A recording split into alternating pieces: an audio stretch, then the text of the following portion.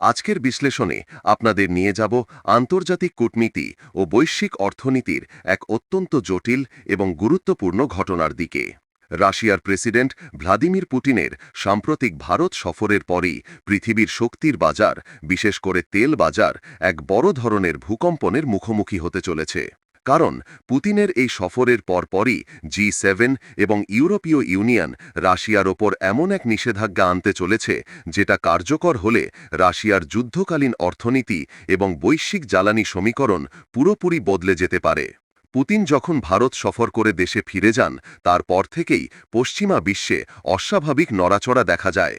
বিশেষ করে G7 এবং ইউরোপীয় ইউনিয়নের ভেতরে তীব্র আলোচনা শুরু হয় রাশিয়ার সমুদ্রপথে তেল রপ্তানির ওপর একটি ফুল মেরিটাইম সার্ভিস ব্যান, অর্থাৎ সম্পূর্ণ সামুদ্রিক নিষেধাজ্ঞা জারি করার জন্য। এই নিষেধাজ্ঞা কার্যকর হলে রাশিয়ার তেল বহনকারী কোনো জাহাজই পশ্চিমা বিমা, পশ্চিমা ট্যাঙ্কার বা কোনো ফ্ল্যাগ রেজিস্ট্রেশন পরিষেবা ব্যবহার করতে পারবে না। তেল কোথায় যাচ্ছে, কোন দেশে যাচ্ছে সেটা বিবেচ্য নয়, নিষেধাজ্ঞা হবে সর্বাত্মক, আর সেটাই রাশিয়ার জন্য সবচেয়ে বড় ধাক্কা। এবার প্রশ্ন হচ্ছে, পশ্চিমারা এমন কঠোর পদক্ষেপ নিতে যাচ্ছে কেন? একটু পেছনে ফিরে তাকানো যাক। 2022 সালে ইউক্রেন যুদ্ধ শুরুর পর থেকেই G7 এবং EU রাশিয়ার উপর তেল সংক্রান্ত নানা নিষেধাজ্ঞা চালু করেছিল। তারা সরাসরি রুশ তেল আমদানি বন্ধ করে দেয়, কিন্তু বিশ্ববাজারে অস্থিরতা এড়াতে একটি প্রাইস ক্যাপ বা মূল্যসীমা প্রয়োগ করে। নিয়ম ছিল, রাশিয়া যদি প্রতি ব্যারেল $60 কম দামে তেল বিক্রি করে, তাহলে পশ্চিমা ট্যাঙ্কার ও বিমা পরিষেবা ব্যবহার করতে পারবে। উদ্দেশ্য ছিল রাশিয়ার আয় কমানো, কিন্তু তেলের বৈশ্বিক বাজারে বড় ধাক্কা না দেওয়া। কিন্তু এই কৌশল পুরোপুরি সফল হয়নি, কারণ রাশিয়া দ্রুতই তৈরি করে একটি বিশাল শ্যাডো ফ্লিট, এমন এক ট্যাঙ্কার বহর যা পশ্চিমা নিয়ম, বিমা বা নিয়ন্ত্রণের বাইরের। 2025 সালের অক্টোবর মাস পর্যন্ত হিসেব অনুযায়ী দেখা যাচ্ছে রাশিয়া তার মোট তেলের 44% এই শ্যাডো ফ্লিট দিয়ে পরিবহন করেছে।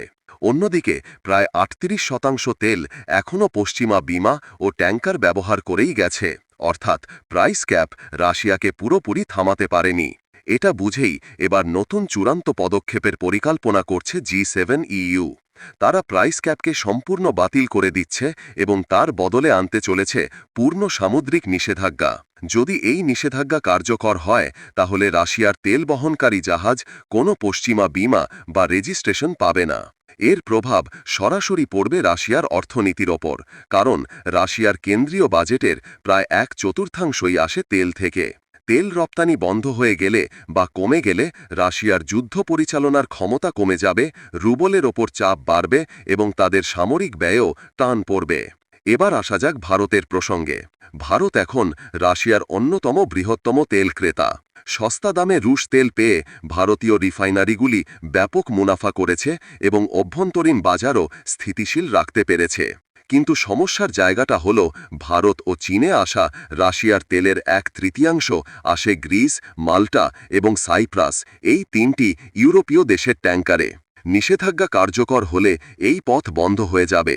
ভারতের আমদানি খরচ বাড়বে, তেল পরিবহনের ঝুঁকি বাড়বে এবং দেশে পেট্রোল ডিজেলের দামে অস্থিরতা দেখা দিতে পারে। অর্থাৎ এই নিষেধাজ্ঞা শুধু রাশিয়ার ওপর নয়, ভারতের মতো বড় অর্থনীতির ওপরও প্রভাব ফেলবে।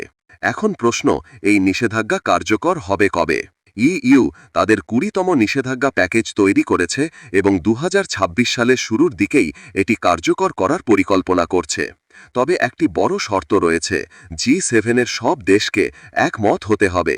যুক্তরাজ্য এই পদক্ষেপের পক্ষে আছে, ইউরোপও সম্মত, কিন্তু চূড়ান্ত সিদ্ধান্ত নির্ভর করছে মার্কিন যুক্তরাষ্ট্রের অবস্থানের ওপর। আমেরিকা চাইলে এই নিষেধাজ্ঞা আগামী বছরই কার্যকর হতে পারে, আর আমেরিকা না চাইলে পুরো পরিকল্পনাই থেমে যেতে পারে। এখানে একটা রাজনৈতিক প্রশ্নও ওঠে, পুতিনের ভারত সফরের ঠিক পরেই কেন এই তাড়াহুড়ো? বিশেষজ্ঞদের মতে রাশিয়া ভারত সম্পর্ক ক্রমশ শক্তিশালী হচ্ছে। ভারত রাশিয়ার প্রধান তেল ক্রেতা হয়ে উঠেছে এবং পশ্চিমাদের আশঙ্কা, রাশিয়া যদি আরও বেশি এশীয় বাজারের ওপর নির্ভর করে, তবে পশ্চিমা নিষেধাজ্ঞা অকার্যকর হয়ে পড়বে। তাই পুতিন ভারত সফর শেষ করতেই পশ্চিমারা তড়িঘড়ি করে কঠোরতম নিষেধাজ্ঞার পথে হাঁটছে। এখন আসা যাক বিশ্ববাজারের সম্ভাব্য ধাক্কার দিকে। রাশিয়া বিশ্বের দ্বিতীয় বৃহত্তম তেল রপ্তানিকারক দেশ। এই দেশের ওপর নিষেধাজ্ঞা মানে বিশ্ববাজারে দাম বাড়া, শিপিং খরচ বাড়া এবং এশিয়ার বাজারে তেলের জন্য প্রতিযোগিতা আরও তীব্র হয়ে ওঠা। পশ্চিমারা বলছে তারা ধাক্কা নিয়ন্ত্রণে রাখবে, কিন্তু বাস্তবে বাজারের প্রতিক্রিয়া কখনোই সম্পূর্ণ নিয়ন্ত্রণে থাকে না। এখন দেখা যাক রাশিয়ার পাল্টা কৌশল কি হতে পারে। প্রথমত, তারা তাদের শ্যাডো ফ্লিট আরও বাড়াতে পারে। দ্বিতীয়ত, ভারত ও চীনের সঙ্গে নতুন বিমা সিস্টেম তৈরি করতে পারে। তৃতীয়ত, রাশিয়া তেলের দাম আরও কমিয়ে এশিয়ায় নিজের বাজার ধরে রাখতে পারে। চতুর্থত, রাশিয়া তেলকে রিব্র্যান্ডেড করে তৃতীয় দেশের মাধ্যমে ইউরোপে পাঠানোর চেষ্টা করতে পারে। তবে এগুলো সবই ঝুঁকিপূর্ণ এবং ব্যয়বহুল। সব শেষে প্রশ্ন, G7 ও ইইউ কতটা সফল হবে? তাদের সাফল্য নির্ভর করবে আমেরিকার অনুমোদন, এশীয় দেশগুলির অবস্থান এবং শ্যাডো ফ্লিট কতটা নিয়ন্ত্রণে আনা যায় তার ওপর। ব্যর্থ হবে যদি ভারত ও চীন রাশিয়ার পাশে দাঁড়িয়ে যায় এবং রাশিয়া বৈকল্পিক রুট তৈরি করে ফেলে। একটাই কথা পরিষ্কার, পুতিনের ভারত সফরের পর বিশ্বের ভূ রাজনীতি নতুন মোড় নিয়েছে। এই নিষেধাজ্ঞা কেবল তেলের ওপর নয়, এটি আসলে শক্তির রাজনীতি, অর্থনৈতিক যুদ্ধ এবং বিশ্ব ব্যবস্থার ভবিষ্যৎ নির্ধারণের খেলা। বন্ধুরা, এই বিষয়ে আপনারা কি মনে করেন কমেন্টে অবশ্যই জানাবেন। Please subscribe the Daily News YouTube channel and like this video, share your opinion. Thank you.